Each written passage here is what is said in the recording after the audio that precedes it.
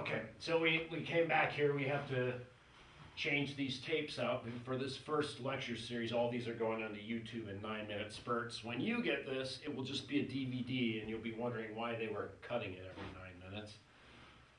Okay, so what did we do? We started off with a triangle that was just, we had 50 degrees, B is 12, C is 11.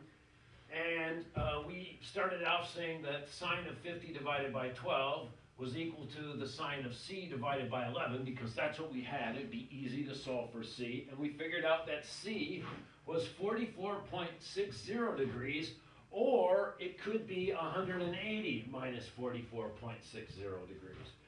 If this, whatever the answer is, if it's in the first quadrant, remember, you can have a similar answer in the second quadrant, and that's what this double picture looks like.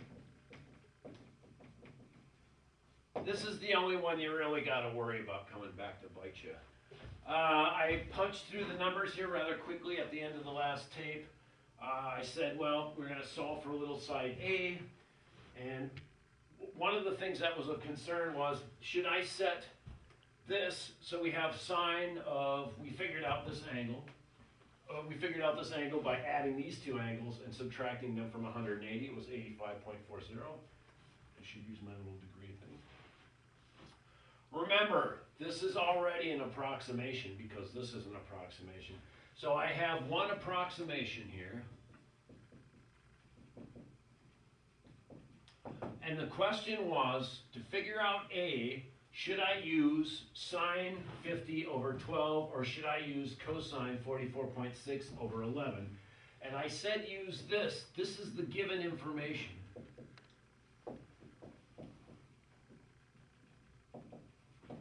This was derived approximation. And it's, well, this is actually given. But this is approximate. And the neatest thing in the world just happened. All these arrows that are up here that I just wrote stuff on, they were here from something else from the last lecture, and they worked again perfectly. I didn't have to waste any ink or time. Let me step back and look at this gigantic mess I've made.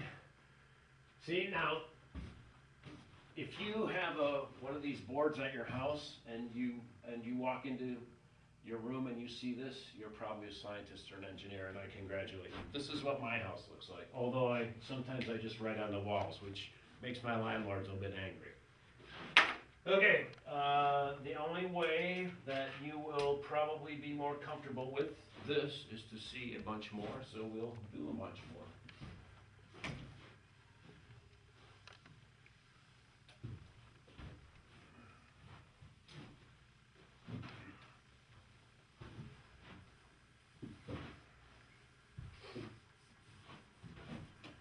Okay, so let us look and see what the book says. We have side-side angle again. Side-side angle. We are given that A is 7.5, little side A that is 7.5. B is, little side B is 12. And little side A is 35 degrees, little side A, I'm sorry, angle A is 35 degrees. Let's try and draw a picture. Angle A is going to be in this corner. 35 degrees is not that big, right? Something like that. Little side A is what, 7.5. And so here's going to be angle B in this corner, and side B is 12. Here's C, which we don't know, and little side C, which we don't know. Okay, this is probably not a bad replica of what we have here.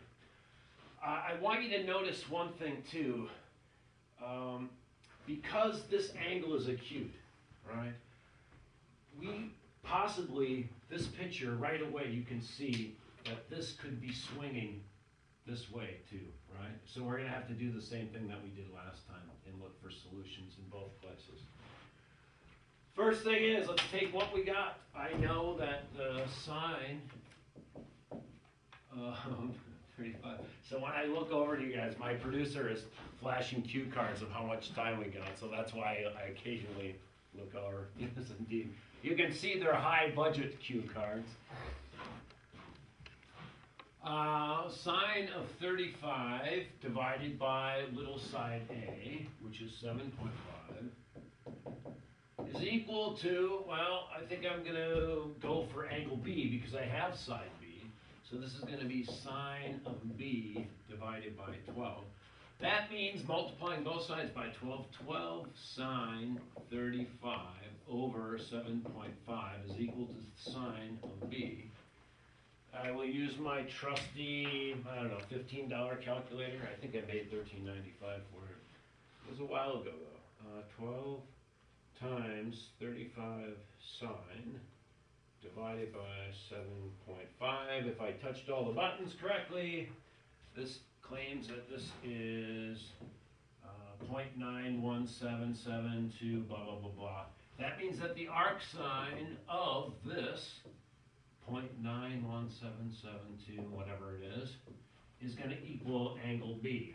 Or, so notice that, well, we'll just see what this is. Okay, so the arc sine of this is 66.595. I'm going to call it 66.6 degrees. Don't even go there, it's nothing.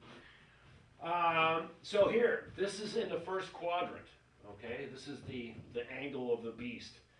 That means we also have to consider 180 minus 66.6 degrees. So we put minus plus 180, and I screwed that up. So 180 minus 66.6. This is possibly 113.4 degrees as well. Okay, so because the angle that we found was in the first quadrant, we also know that it may be 180 minus 66.6 degrees. Do both of these work with us? Let's remember, so clearly 35 degrees and 66.6 degrees are less than 180. What about 113.4 degrees and 35? Well, if you add those up, those are clearly less than 182. Both of these solutions can work. The way that this picture is drawn right here, this would be the 66.6 degrees. But there's also the possibility, so notice that this is 7.5, this is 12. This could really look, and I'll do the best I can with this. So like this, notice that this angle now is more than 90 degrees obtuse. So this would be our possible 113.4 degrees. Being able to draw this picture will really show that you can understand what's going on here. So we have about a minute left in this reel. So I have two possibilities for angles. It's 35 plus 66.6 degrees, which is 35.66.6. 101.6, and we'll subtract that from 180. Minus 101.6. So 78.4 is this possibility. And this possibility here for this corner would be 35 plus 113.4 minus 180 degrees. Will be backwards. It's 31.6, so 31.6 degrees. We gotta change another reel. I'll be right back.